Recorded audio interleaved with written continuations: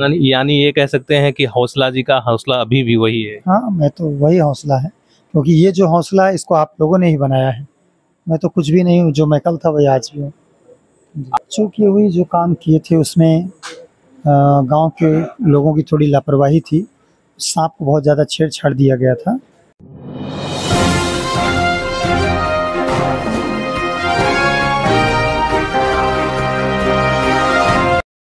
नमस्कार साथियों, मैं हूं आशीष कुमार पाल और आप देख रहे हैं निष्पक्ष दर्पण न्यूज। साथियों, अभी हमारी मौजूदगी मुरली वाले हौसला जी के पास है। ये वही नाम है, वही चेहरा है जो किसी परिचय के मोहताज नहीं है। देश में, प्रदेश में, जनपद में ख्याति प्राप्त कर चुका है। एक हौसला जी के साथ एक अनहोनी होती है कि ये कोबरा रेस्क्यू करने गए थे और वो इनको बाइट कर लेता है। आइए हम इनसे बातचीत करते हैं और जानने का प्रयास करते हैं कि कहाँ ऐसी चूक हुई, कुछ जो इतने सालों का परिश्रम अनुभव था वो मात खा गई। आपको भैया पहले तो बहुत बहुत बधाई हो दूसरे जीवन प्राप्त करने के लिए और स्वागत है बहुत बहुत आपका। थैंक यू, धन्यवाद। भैया, ऐसी क्या उस दिन चूक हुई थी जो इतनी बड़ी घटना घट गई? चूँकि हुई जो काम किए थे उसमें गांव के लोगों की थोड़ी लापरवाही थी। सांप को बहुत ज़्यादा छेड़छाड़ दिया गया था। तो हमने जब भी उसको बचाने गया तो ये ध्यान नहीं दे पाया कि वो फंसा ज़्यादा है या नहीं फंसा है। तो हमने तुरंत कैंची लेकर के उसको निकालना चाहा। फंसा नहीं था, वो उड़ के आया, काट लिया तुरंत। देखने में ऐसा लग रहा था कि वो ज्यादा फंसा हुआ है। जी, देखने में ऐसा लगा कि फंसा है। अच्छा, ऐसा क्या देखने में ऐसा भी तो लगा होगा सांप एक्टिव है या काफी ज्यादा परेशान होकर थक चुका है? हाँ, क्योंकि सांप फंसा हुआ था रात में, तो हमें लगा बहुत शिथिल होगा। तो अगर हम इसकी मुंडी को पकड़ के काटेंगे तो कब तक मुंडी दबाए रखेंगे, पहले जाल को काट देते हैं फिर उठाते हैं। तो आपके हाथ से उसको टच भी हुआ था या फिर केवल जाल को काटते हिलते ही? 2-3 धागा कटा हुआ था, इतने में वो आ गया।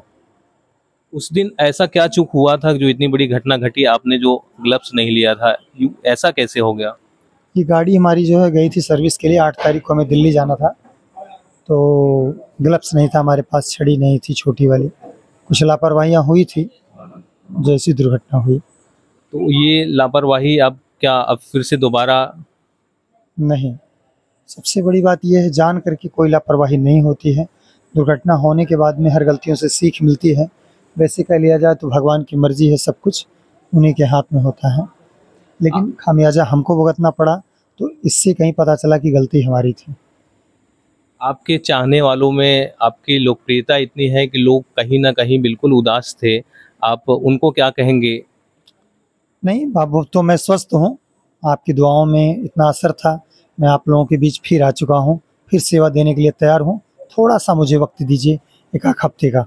यानी ये कह सकते हैं कि हौसला जी का हौसला अभी भी वही है। हाँ, मैं तो वही हौसला है, क्योंकि ये जो हौसला है इसको आप लोगों ने ही बनाया है। मैं तो कुछ भी नहीं हूँ, जो मैं कल था वही आज भी हूँ। आपका ये कितने सालों का अनुभव है? ये बेजुबानों को बचाने का 25 साल का अपना अनुभव अंदाज है। आपने पहली बार कब सांप पकड़ा? 1998 में कैसे? स्कूल में पकड़ा हुआ था, जिसमें मैं पढ़ाई कर रहा था। तो कॉलेज में निकला हुआ सांप था। तो कुछ लोग मारना चाह रहे थे, कुछ लोग बचाना चाह रहे थे। मैं उसे पकड़ करके बचाया। तो 25 सालों में लगभग आप कितने सांपों का रेस्क्यू कर चुके होंगे? गिनती तो नहीं है, फिलहाल जो भी था बजाय उससे। आप इस सांपों को रेस्क्यू करने के अलावा कुछ और भी संगठन चलाते हैं जो कि जानवरों को बचाने के लिए? कौन सा संगठन है आपका? मुरली वाले हौसला फाउंडेशन था एक, जिसके तहत और अच्छा काम करने की सोचे थे। हालांकि अभी उस पर काम नहीं हो पा रही है, तो टीम थोड़ा सा और सतर्क होगी, रेडी होगी, तब उस पर काम होगा। आप लोगों को भी आर्थिक सहायता प्रदान करते हैं, किस उद्देश्य से? कि लोगों में एक जन भावना के तहत एक दूसरे के काम आते रहें, जनमानस में सद्भावना बनी रहे। वीडियो के माध्यम से संदेश दिया जाता है दूर दूर तक।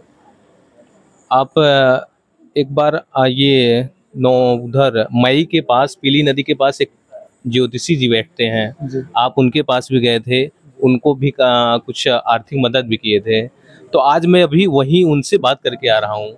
तो मैंने उनको बताया था कि जब आपने उनके भविष्य के बारे में बताया था, तो क्या आपने ये बताया क्या था कि आपके साथ ऐसी घटना होगी? तो उन्होंने बोला कि मैं बताया था, डायरेक्टली नहीं इनडायरेक्टली। तो क्या आपको बताए थे वो? तो अगर आप बताए थे तो उस चीज को आपने कैसे नजरअंदाज कर दिया? नज़रअंदाज की बात नहीं है कोई, मतलब अगर कुछ बताता है इंसान ध्यान देता है, लेकिन विधि का भी एक विधान है, जो परमात्मा ने रचा है उसे को कौन टाल सकता है। तो अब आपको डॉक्टर ने क्या कहा, कितने समय में आप पूर्णतः स्वस्थ हो जाएंगे? सलाह ये दिया है, आराम करते रहिए, ठीक हो जाइए, तब मैदान में आइए 1 हफ्ते 10 दिन के बाद। ये हाथों में अभी कितने चोटें हैं, कब तक ये ठीक होने का? हाँ तो बहुत है, इसमें तो बहुत समय लगेगा, 1 महीने से ज़्यादा लगेगा जी। तो आपका ये अनुभव ये कह सकते हैं कि एक चूक है कहीं ना कहीं अनजाने में, जो इतनी बड़ी घटना को घटित हो गई। जी हाँ, भूल हुई, चूक हुई। आप ये लोगों को क्या देंगे कि अगर सांप निकलता है तो क्या खुद से उनको पकड़ना चाहिए या रेस्क्यू करने वालों को बुलाना चाहिए? नहीं, सांप अगर निकलता है तो आप उसको ना पकड़ें, एक्सपर्ट को बुलाएं जो जानकार हो, जो सांपों को बचाते हों, क्योंकि आपके साथ अनहोनी हो सकती है।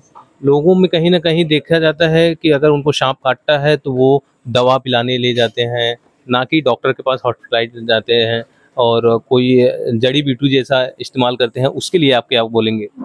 देखिए, उनमें तो बस हमेशा अपील रहा है कि प्लीज़ अंधविश्वास और जड़ी बूटी तंत्र मंत्र को बढ़ावा ना दें। सांप काटता है तो हॉस्पिटल जाएं, नहीं तो आपके साथ बहुत बड़ा धोखा हो सकता है जी।